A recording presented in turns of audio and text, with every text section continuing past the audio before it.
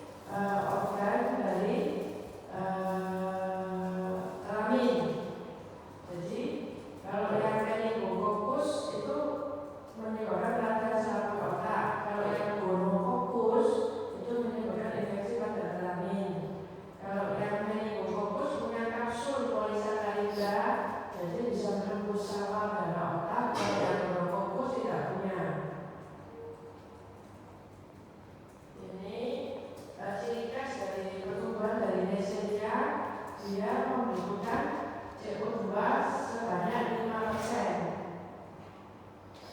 Sedangkan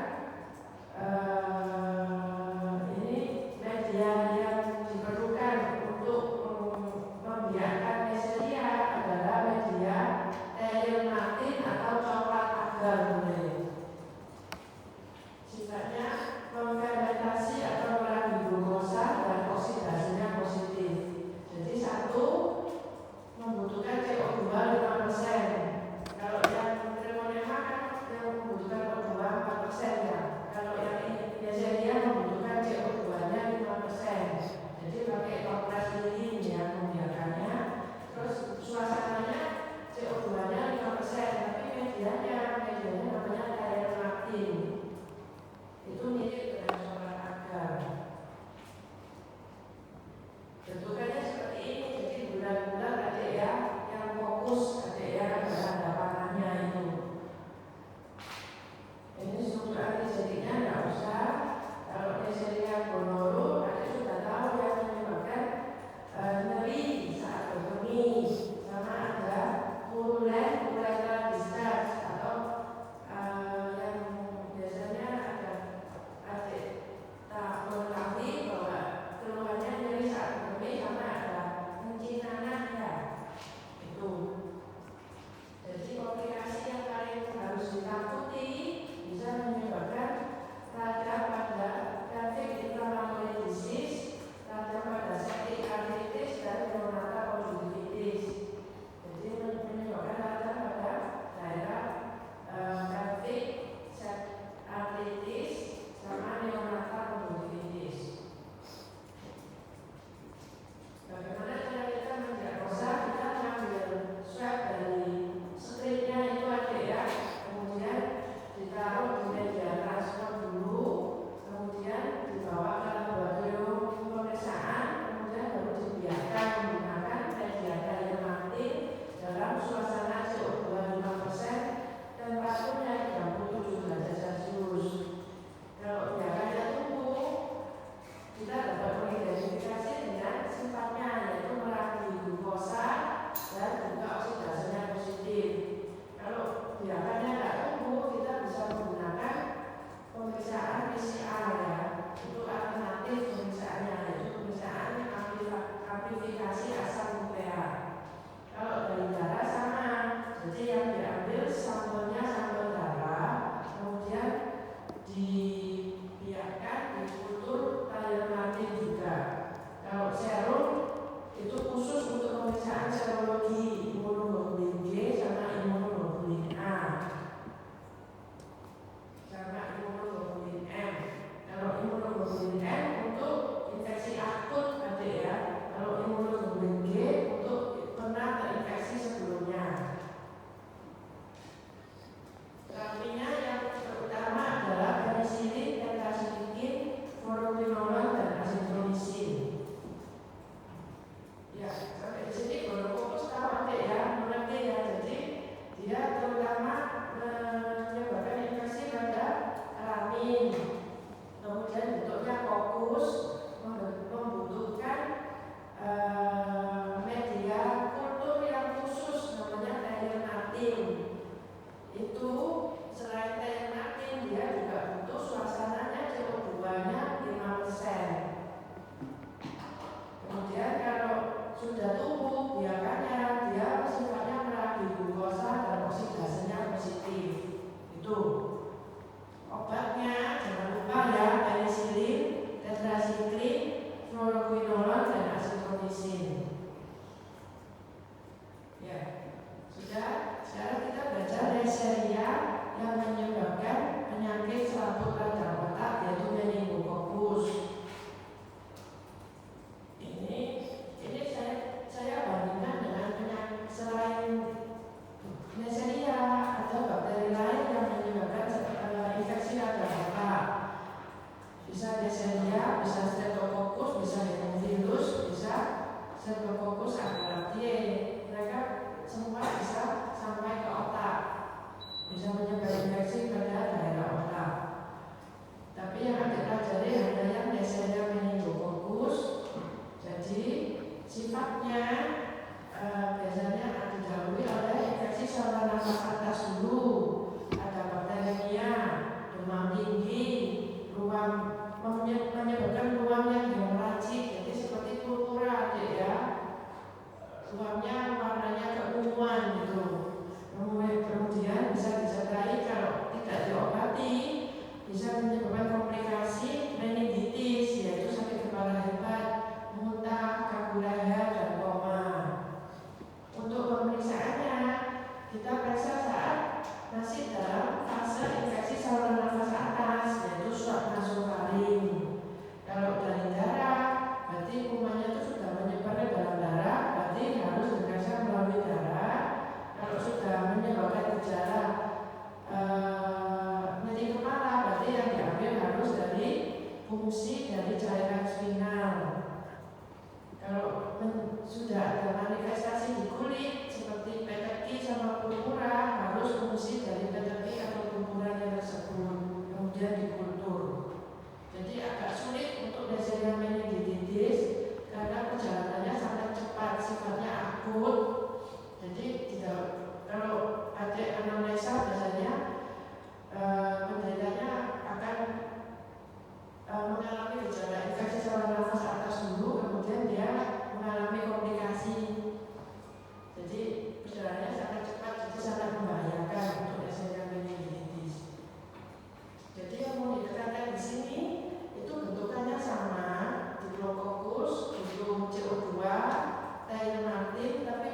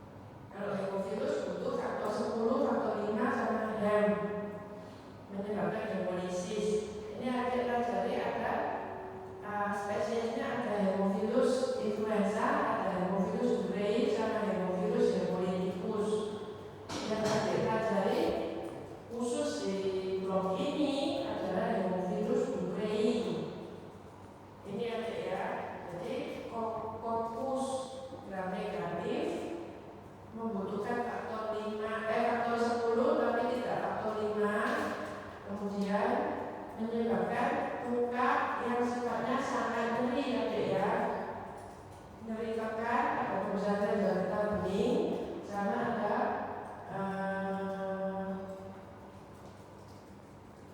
ulkus yang nyeri tersebut dikenal dengan ulkus molar.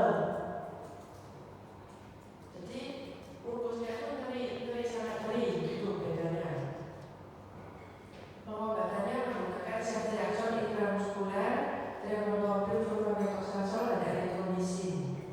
Sudah sampai di sini nggak bingung aja, sudah kita belajar tadi sudah ada berapa, treponema, neisseria, hemophilus, sudah ada 3, tapi penyakitnya banyak ya, lebih dari 3 ya. Bakterinya cuma 3, tapi penyakitnya kan tergantung dia ada di lokasi yang mana. Udah, sekarang kita mau belajar tentang sedikit tentang Gardnerella vaginalis. Jadi ini yang menyebabkan keputihan yang abnormal nanti ya, yang tidak normal.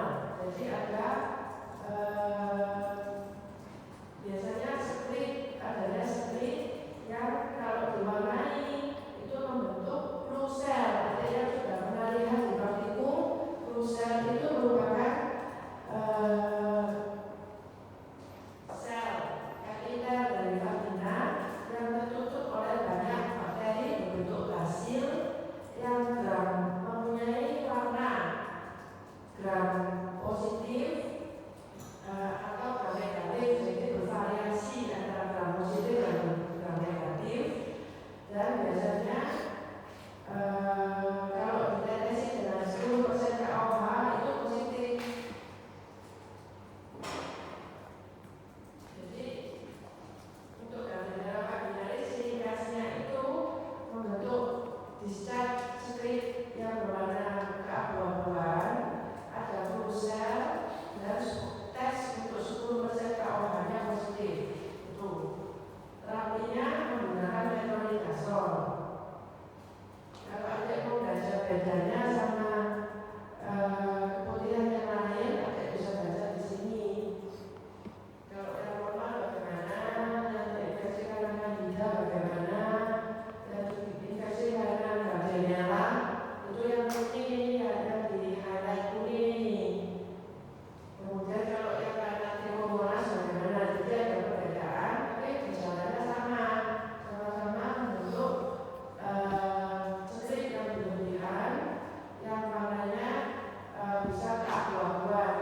Jadi tergantung penyebabnya, warna stripnya akan berbeda. Itu.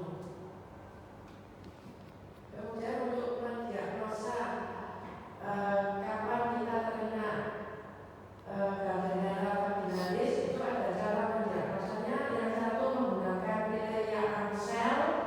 Kriteria Amsel ini ya berdasarkan warna stripnya, adanya blue cell, adanya pH yang turun, yang rendah, terus berbau, sama tes KOH-nya positif. Jadi ada 4 kriteria Amsel.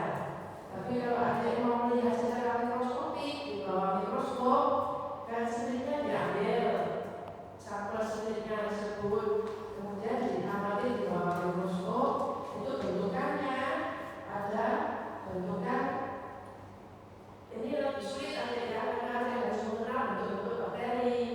Jadi ada bentukan yang hanya normal flora dari vaginanya tersebut, itu bentukannya batang saja. Kemudian ada yang bentuknya seperti Gardnerella vaginalis, itu bentukannya apa, Dek?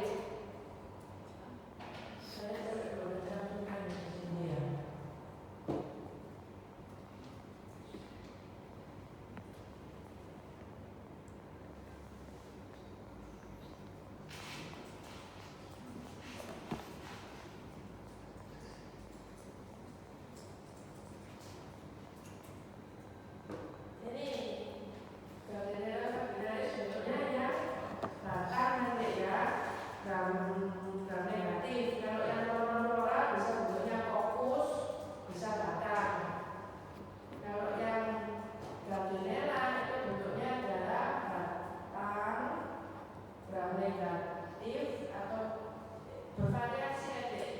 Dia bisa dalam positif, bisa dalam negatif. Bentar ya, coba saya carikan dulu bendera.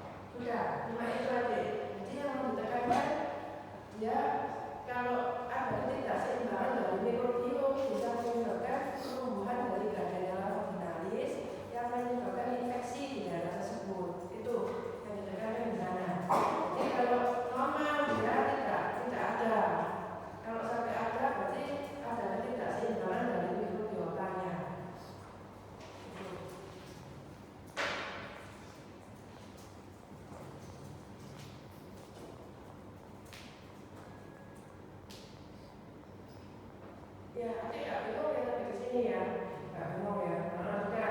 Sekarang kita itu sudah 4 ya. Corona, Neisseria, Hemophilus, sama Gardnerella. Sekarang masuk ke Chlamydia. Chlamydia ini biasanya menyebabkan bisa infeksi pada mata, menyebabkan trauma, bisa infeksi pada infeksi menular seksual juga bisa. Biasanya kalau chlamydia itu infeksinya bersifat kronik dan menyebabkan luka yang sekali, luka yang membekas. Sehingga kenapa dia sifatnya kronik, karena dia mempunyai siklus dari ini ya dek. Sebentar saya kasih tahu siklusnya ini. Dia dari reticular body menjadi inclusive body.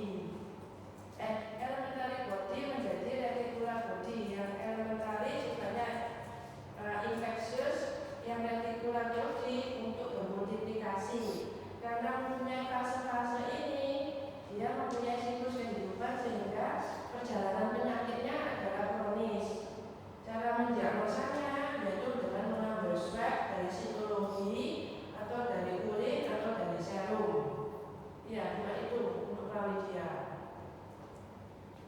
Terus untuk limfogranuloma venereum itu adalah serofag dari chlamydia trachomatis. Karena ini yang limfogranuloma venereum berarti manifestasi klinisnya berupa timbul papul atau vesikel kecil yang cepat menghilang pada area genitals.